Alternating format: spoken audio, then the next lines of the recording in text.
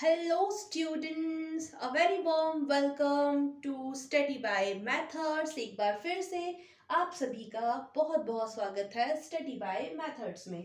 आज की वीडियो में हम मैथ्स के कुछ और इम्पोर्टेंट क्वेश्चंस को देखने जा रहे हैं। तो आप सभी से रिक्वेस्ट है पूरा वीडियो को लास्ट तक देखिए। वीडियो अच्छा लगे तो वीडियो को लाइक ज़रूर करें, वीडियो को शेयर करें और चैनल को सब्सक्राइब करें। वीडियो को करते हैं आप शुरू। तो क्वेश्चन है स्मॉल ब्रैकेट में है 125 अपॉन 27। स्मॉल ब्रैकेट हो चुका है क्लोज एंड ये मल्टीप्लिकेशन का साइन। अगेन एक और स्मॉल ब्रैकेट है, इसके अंदर है 125 अपॉन 27 और इस पूरी की पावर भी है वो है x is equal to small bracket में है 5/3 और इसकी जो पावर है वो है 18। ये है आपके पास क्वेश्चन। इसे करना है सॉल्व या सिंप्लीफाई, तो कैसे करेंगे देखिए। इससे पहले भी मैंने पावर एंड एक्सपोनेंट पर बेस्ड कई सारे वीडियोस बनाए हैं। अगर किसी को कुछ भी प्रॉब्लम है, कोई बेसिक चीज़ें लगती हैं कि नहीं समझ में आ रही हैं, तो उनमें से कुछ वीडियोस का लिंक पर डिस्क्रिप्शन में दे दूंगी। तो आप सभी प्लीज़ जाइए, डिस्क्रिप्शन बॉक्स चेक कीजिए और उन वीडियोस को ज़रूर देख लीजिए। अब यहाँ पर सबसे पहली स्टेप होगी, जो भी क्वेश्चन दिया जाता है हमेशा मैं बोलती हूँ उसे पहले तो वैसे का वैसे ही लिख लो। तो ये लिख दिया, यहाँ तो कुछ भी नहीं कर रहे हैं हम, जैसा दिया है बिल्कुल वैसे का वैसे ही लिख दे रहे हैं। अब क्या कर सकते हैं देखिए, क्वेश्चन को पहले ध्यान से देखिए कि क्या कर सकते हैं। 125 अपॉन 27 है राइट। तो 125 को हम अगर चाहें एक्सपोनेंशियल फॉर्म में कैसे लिख सकते हैं, तो देखिए मैं यहाँ पर पहले साइड से सब करके दिखा देती हूँ। यहाँ पर उसके बाद में यहाँ पर क्या लिख सकते हैं वो रिप्लेस कर दूंगी। तो 125 को अगर मैं चाहूँ उसके प्रोडक्ट ऑफ फैक्टर के फॉर्म में लिखना प्राइम फैक्टराइजेशन मेथड से, या बोल सकते हैं एलसीएम निकाल करके, तो क्या लिख सकते हैं, इसे ऐसे लिख सकते हैं ना 5 इंटू 5 इंटू 5। आप करके देखिए ज़रा 125 आएगा और इसकी जगह पर हम लिख सकते हैं 5 रेज टू द पावर 3, अगर इसका एक्सपोनेंशियल फॉर्म लिखना चाहे तो।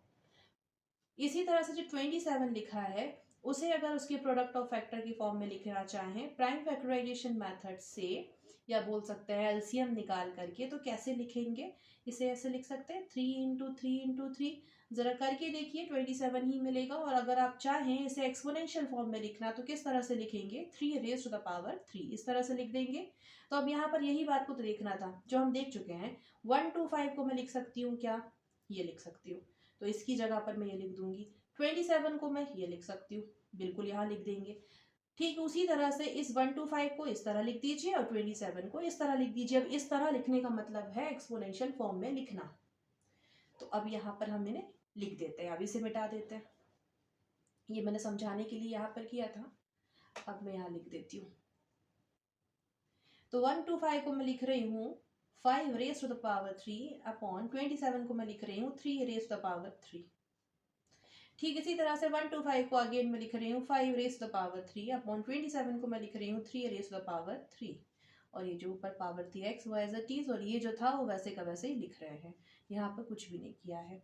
अब नेक्स्ट स्टेप में देखिए, पावर एंड एक्सपोनेंट के एक बेसिक रूल या लॉ के हिसाब से ऐसा होता है, अगर कुछ ऐसा दिया है a raise the power m upon b raise the power m, दोनों की पावर अगर सेम है m और m मतलब एक जैसी है, तो उसे इस तरह से लिख सकते हैं a बाय b और इस पूरे की पावर m। तो ये फॉर्म कुछ इस तरह से दिखाई दे रहा है मुझे, तो मैं क्या करूंगी उसे इस तरह से लिखूंगी, इसे भी और इसे भी। तो यहाँ पर लिख देते हैं और इसे मिटा देते हैं।